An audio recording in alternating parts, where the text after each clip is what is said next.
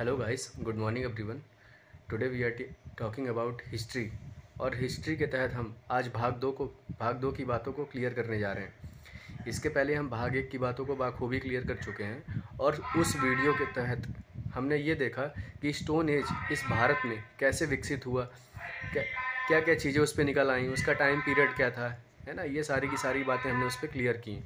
आज जो हम चर्चा करने वाले हैं भाग दो, और भाग दो के तहत हम धातु युग के बारे में चर्चा करने वाले हैं। तो चलिए स्टार्ट करते हैं। धातु युग।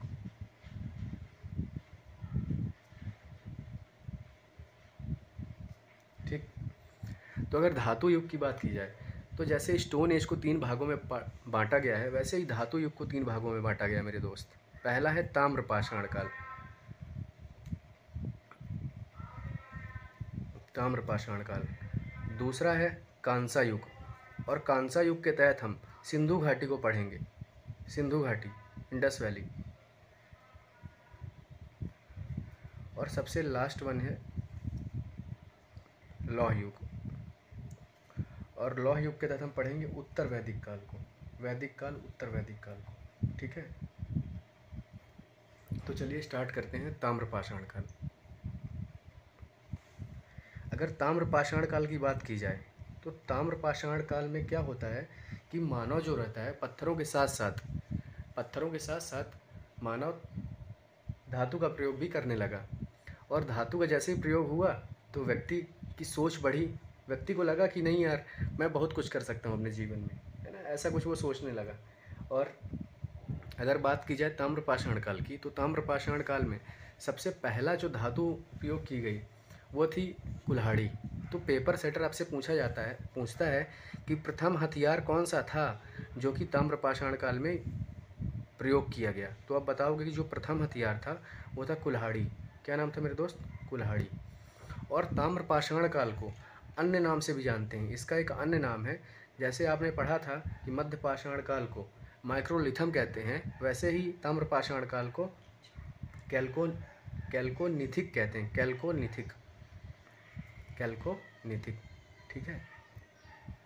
अब सबसे इम्पॉर्टेंट चीज़ जो निकल के आती है वो ये है कि ताम्रपाषाण काल के प्रमुख स्थल कौन कौन से हैं, जो कि ताम्रपाषाण काल के स्थल वहाँ, ताम्रपाषाण काल की चीज़ें वहाँ पे मिली हैं। तो अगर सबसे पहली साइट की बात की जाए मेरे दोस्त, तो सबसे पहली साइट जो है वो है आहाड़। क्या नाम है? आहाड़। नाम भी ऐसे हैं कि आपको याद करने में थोड़ा दिक्कत होगी, मगर क्या करें, याद करना पड़ेगा। उसके बाद जो दूसरी साइट है वो है गिलिंटू। क्या नाम है मेरे दोस्त? गिलिंटू। ठीक। इसके बाद जो इनकी तीसरी साइड निकल के आती है ताम्रपाषाण काल की, वो है कायथा। जो तीसरी साइड निकल के आती है मेरे दोस्त वो है कायथा। और कायथा की अगर बात हुई है तो कायथा मध्य प्रदेश के उज्जैन जिले में पड़ता है। तो जो एमपी के एग्ज़ाम है उसमें पूछता है कि कायथा मध्य प्रदेश के किस जिले में है, तो बोलने आप बताएंगे कायथा उज्जैन में है। और अगर एरण की बात की जाए तो एरण मध्य प्रदेश के सागर जिले में पड़ता है। और एरण ऐसी जगह है जहाँ पे सबसे पहले सती प्रथा के उल्लेख मिले हैं, एरण में। ठीक। उसके बाद जो पांचवी साइट है उसका नाम है दायामबाद। क्या नाम है मेरे दोस्त? दायामबाद। देन नेक्स्ट वन इमाम गांव।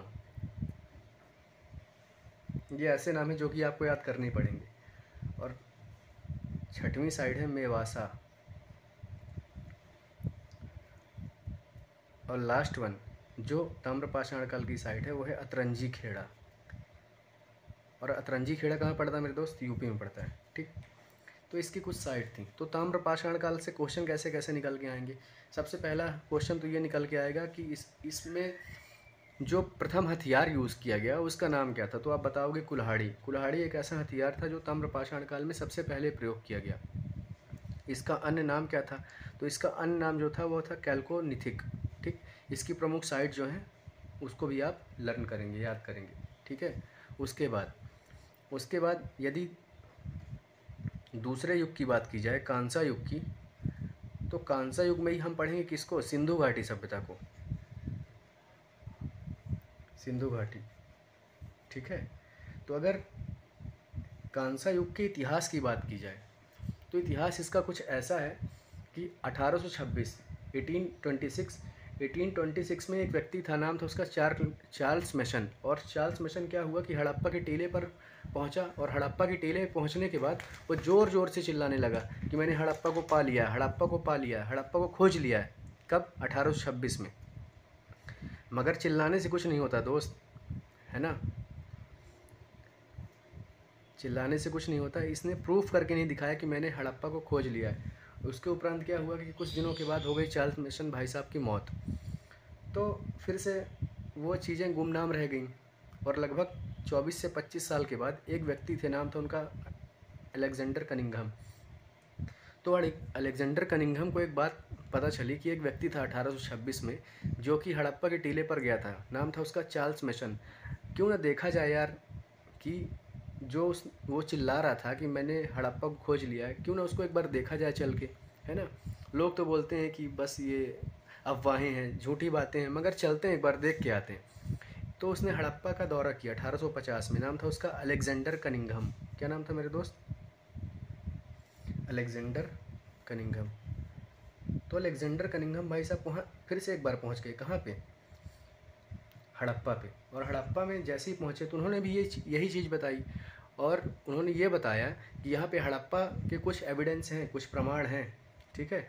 तो वहाँ पे, और जब उन्होंने ये चीज़ें बताई और वो वापस आए वहाँ से 1860 में, जब वहाँ से वो वापस आए तो उनको पुरातत्व सर्वेक्षण का जनक नियुक्त कर दिया गया। तो पेपर सेटर पूछता है तो पुरातत्व सर्वेक्षण का जनक सबसे पहले किसको नियुक्त किया गया? तो आप उनको बताओगे कि पुरातत्व सर्वेक्षण का जो जनक था वो था कौन? Alexander Cunningham. Alexander Cunningham. अब इनका काम क्या था? इनका काम ये था कि आपको जो जनक बनाया गया है, कहीं ना कहीं इस पर आपको क्या करना है, कुछ चीज़ें खोज के दिखानी है, हड़प्पा को बताना है कि हड़प्पा रियल में है ना। तो 1921 लगभग 60 साल के बाद सर्वप्रथम हड़प्पा को खोज लिया गया, ठीक है। हड़प्पा को खोज ही लिया गया फाइनली। तो पेपर में पूछा जाता है कि हड़प्पा की खोज कब हुई, तो आप बताओगे कि हड़प्पा की खोज हुई 1921 में, ठीक। देन उसके एक साल के बाद 1922 में मोहनजोदाड़ो को भी खोज लिया गया। मोहनजोदाड़ो, ठीक है, मोहनजोदाड़ो। अब क्या हुआ मेरे दोस्त? अब हुआ ये कि दोनों चीज़ें खोज तो ली गई मगर आधिकारिक रूप से, है ना, मतलब पेपर में ये चीज़ें अभी नहीं बताई गई। तो 1924 में क्या हुआ कि ये कह दिया गया कि हड़प्पा क्या है, हड़प्पा मतलब मिल गया है, और इसको एक पेपर में लिख दिया गया 1924 में कि हड़प्पा सच में है, हड़प्पा के एविडेंस हैं। और इसकी पुष्टि किसके द्वारा की गई? एक व्यक्ति थे, उनका नाम था जॉन मार्शल। क्या नाम था मेरे दोस्त? John Marshall. John Marshall. और जॉन मार्शल ने क्या किया कि ये पुष्टि कर दी कि हड़प्पा सच में है। और यदि सिंधु घाटी की बात की जाए तो सिंधु घाटी में सबसे पहले किसको खोजा गया? हड़प्पा को खोजा गया, है ना। तो इसे हड़प्पा सभ्यता भी कहते हैं। तो पूछता है पेपर में कि सिंधु घाटी को और किस नाम से जानते हैं, तो आप बताना कि सिंधु घाटी को और हड़प्पा सभ्यता के नाम से जानते हैं। ऐसे कहने का पीछे का कारण क्या है? ऐसा कहने के पीछे का कारण सबसे प्रमुख ये है कि सिंधु घाटी में सबसे पहले किसको खोजा गया मेरे दोस्त? हड़प्पा को खोजा गया। इसलिए क्या क्या कहते हैं सिंधु घाटी को? हड़प्पा सभ्यता भी कहते हैं, ठीक है। इसके बाद अगर इसकी एरिया की बात की जाए, एरिया की, तो इसका जो एरिया है वो है 12,99,000 वर्ग किलोमीटर, ठीक। इसका जो शेप है, आकार है, कैसा है हड़प्पा? हड़प्पा का जो आकार है वो है त्रिकोणीय। कैसा है मेरे दोस्त?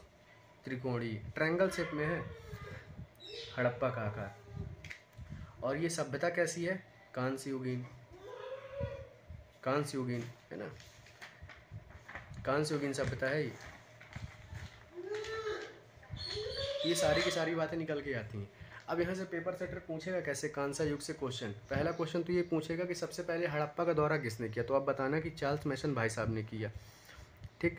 अब आफ्टर दैट पुरातत्व सर्वेक्षण का जनक किसे कहा जाता है, तो आप बताना अलेक्जेंडर कनिंघम को कहा जाता है, ठीक। फिर उसके बाद आपसे पेपर में पूछा जाएगा कि 1921 में क्या खोजा गया, हड़प्पा खोजा गया कि मोहनजोदाड़ो खोजा गया, तो आप बताना कि सबसे पहले 1921 में हड़प्पा की खोज हुई, 1922 में मोहनजोदाड़ो की खोज हुई और 1924 में जॉन मार्शल के द्वारा पेपर में लिख दिया गया कि हड़प्पा रियल में है ना। तो ये सारी की सारी बातों को आप बाखूबी क्लियर करोगे। कुछ लोग सोच रहे होंगे कि यार फालतू में ज्ञान दिए पड़ा है, ऐसा नहीं है मेरे दोस्त, है ना। तो पेपर में पूछा जाएगा कि सबसे लास्ट वन कि जो सिंधु घाटी सभ्यता है इसको किस नाम से जानते हैं, तो ये क्या है, कांस्य युगीन सभ्यता है, ठीक है मेरे दोस्त। उसके बाद सबसे इम्पॉर्टेंट चीज़, सबसे महत्वपूर्ण चीज़, टाइम पीरियड होती, किसी भी चीज़ की टाइम पीरियड होती है ना। तो अगर सिंधु घाटी सभ्यता की बात की जाए तो सिंधु घाटी की सभ्यता का जो समय काल था वो था 2350 BC। कितना था मेरे दोस्त, 2350 BC से लेके 1750 BC। अब कुछ दोस्त मेरे सोच रहे होंगे कि 2350 BC से लेके 1750 BC तो है, मगर ये पता कैसे चला कि इसका टाइम पीरियड इतना ही है। तो दोस्त एक टेक्निक होती है जिससे पता लगा दिया जाता है पत्थरों की आयु जो है वो, मतलब एक अंदाज़ा लगा लिया जाता है कि लगभग इस टाइम पीरियड में, है ना, इस टाइम पीरियड के पत्थर हैं। जैसे एक टेक्निक है कार्बन 14 की रेडियो डेटिंग विधि। क्या, रेडियो डेटिंग टेक्निक। और रेडियो डेटिंग टेक्निक से ये पता लगा लिया जाता है कि जो ये पत्थर हैं ये किस समय काल के हैं, इनका टाइम पीरियड लगभग कितना साल पुराना है, ठीक है। तो ये सारी की सारी बातें से ये पता चलता है कि जो सिंधु घाटी सभ्यता है वो लगभग 2350 BC से लेकर 1750 BC की थी, ठीक। उसके बाद यदि ये देखा जाए कि सिंधु घाटी सभ्यता के एविडेंस कहाँ मिले हैं, तो सिंधु घाटी सभ्यता के एविडेंस की अगर बात की जाए तो सिंधु घाटी सभ्यता के एविडेंस मिले हैं मेरे दोस्त। अगर पूर्व की बात की जाए, तो पूर्व में आलमगीरपुर, क्या नाम था, आलमगीरपुर। और आलमगीरपुर टिंडन नदी के किनारे बसा है, टिंडन नदी। तो पेपर में पूछता है कि आलमगीरपुर सबसे पहले है कहाँ, ये तो बताओ, है ना। और आलमगीरपुर किस नदी के किनारे बसा है, तो ये भी बताएंगे आपकी टिंडन नदी के किनारे बसा है, ठीक। उसके बाद यदि पश्चिम की बात की जाएगी तो पश्चिम जो है, पश्चिम में सुतकोंडोर, ठीक है। और सुतकोंडोर जो है ये आज वर्तमान में पाकिस्तान का हिस्सा है, पाकिस्तान का। और सुतकोंडोर जो है दारक नदी के किनारे। ये क्या है, हम सिंधु घाटी सभ्यता के साइट्स पढ़ रहे हैं कि कहाँ कहाँ पे सिंधु घाटी सभ्यता के एविडेंस मिले हैं, प्रमाण मिले हैं, ठीक। उसके बाद यदि उत्तर की बात की जाए तो उत्तर में जो मिला है एविडेंस वो है मांडा। और मांडा कहाँ पे मेरे दोस्त, चिनाब नदी के किनारे बसा, चिनाब, ठीक। उसके बाद यदि दक्षिण की बात की जाए तो दक्षिण में एक जगह है दैमाबाद। और दैमाबाद जो है वो है गोदावरी नदी के किनारे। तो अगर पीएससी में पूछेगा कि भाई साहब सिंधु घाटी सभ्यता के एविडेंस बताओ कहाँ कहाँ मिले हैं, तो अगर आप 4 नाम भी लिख दोगे ना तो 3 नंबर आपको मिल जाएंगे, ठीक। उसके बाद यदि सिंधु घाटी सभ्यता के जो साइट्स हैं वो कहाँ कहाँ मिली हैं, है ना, सिंधु घाटी सभ्यता की जो साइट्स हैं उनमें क्या क्या मिला है, तो इनके बारे में हम चर्चा करेंगे अब। तो सिंधु घाटी सभ्यता की जो पहली साइट है उसका नाम है हड़प्पा। क्या नाम है मेरे दोस्त, हड़प्पा, ठीक। यदि हड़प्पा की बात की जाए तो हड़प्पा को मैंने पहले ही बताया आपको कि हड़प्पा को कब खोजा गया, 1921 में, 1921 में हड़प्पा को खोजा गया। और हड़प्पा जो है वो है रावी नदी के किनारे। कौन सी नदी के किनारे, रावी नदी के किनारे, ठीक।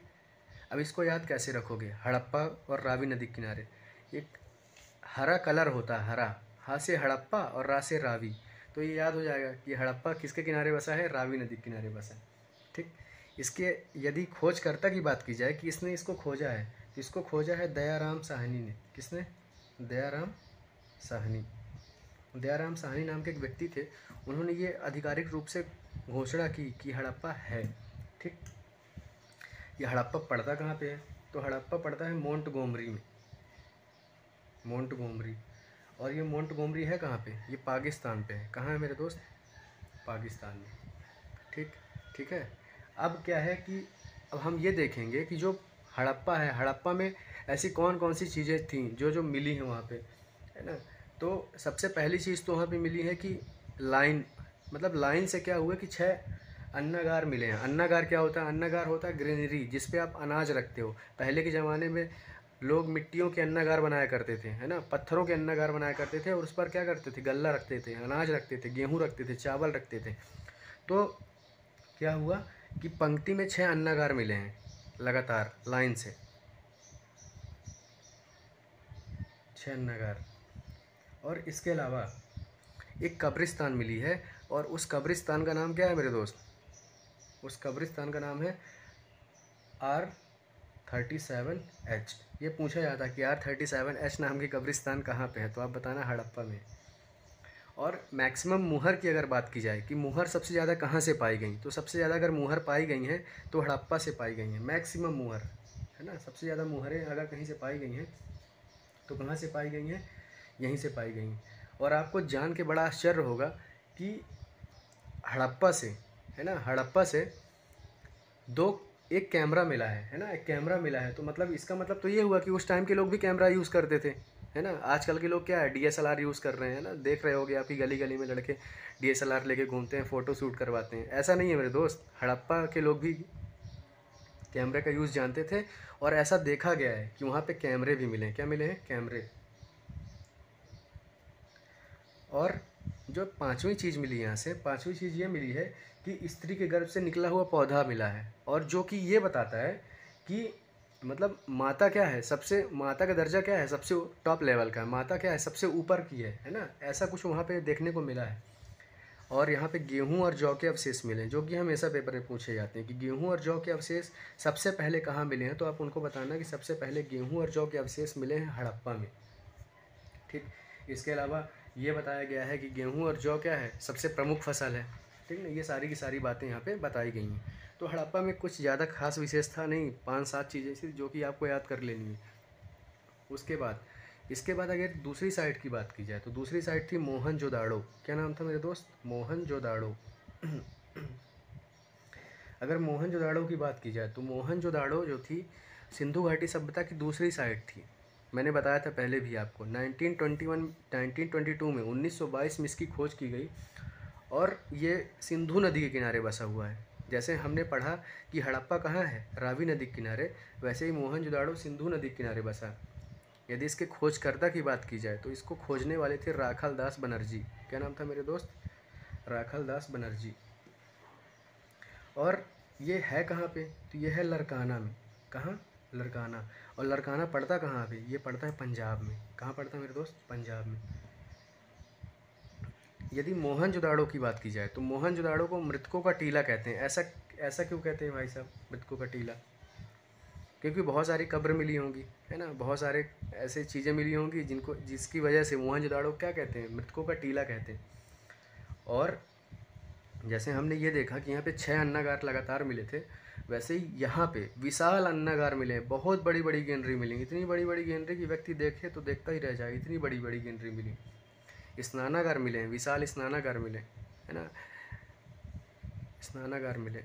जैसे आज गांव घर में आप जाते हो, है ना, वहाँ बाथरूम्स वगैरह नहीं होते, मगर आज से अगर मोहनजोदाड़ो की बात की जाएगी तो मोहनजोदाड़ो के लोग बाथरूम यूज़ किया करते थे। ऐसा मैं नहीं बोल रहा हूँ, ऐसा बुक्स बोल रही है ना। तो बुक्स में ऐसा लिखा है, विशाल स्नानागार यहाँ से मिले। और सबसे बड़ी अगर गेनरी अन्नागार मिला है तो कहाँ से मिला है? मोहनजोदाड़ो से मिला है। इसकी मैक्सिमम हाइट कितनी थी? इसकी जो हाइट थी वो 45.71 मीटर थी, 45.71 मीटर, जो कि अपने आप में अद्भुत है, अपने आप में बहुत बड़ा है। और इसके अलावा यहाँ से क्या मिला? इसके अलावा कांसे की मूर्ति मिली है, कांसे की मूर्ति। और कांसे की मूर्ति कैसी? डांसिंग गर्ल, डांसिंग गर्ल, नाचती हुई गुड़िया। ठीक। इसके अलावा हाथी का कपाल खंड मिला है, देख पा रहे होंगे आप, हाथी का कपाल खंड मिला है। इसके अलावा मलेरिया के साक्ष्य मिले, मलेरिया कि पहले के लोग भी जानते थे दोस्त, देखो मलेरिया होता है ना, मलेरिया के साक्ष्य मिले। ठीक। तो यहाँ से इस दूसरी साइट होती ख़त्म। अगले वीडियो में हम जो सिंधु घाटी सभ्यता के आगे की साइड से उनको कवर करेंगे। और देखेंगे कि सिंधु घाटी सभ्यता में और साइट्स में हमको क्या क्या देखने को मिला, क्या क्या चीज़ें हमको देखने को मिलेंगी, है ना। ये सारी की सारी बातें हम नेक्स्ट वीडियो में करेंगे। इसी के साथ होता है ये वीडियो समाप्त। Thank you so much. जय हिंद, जय भारत।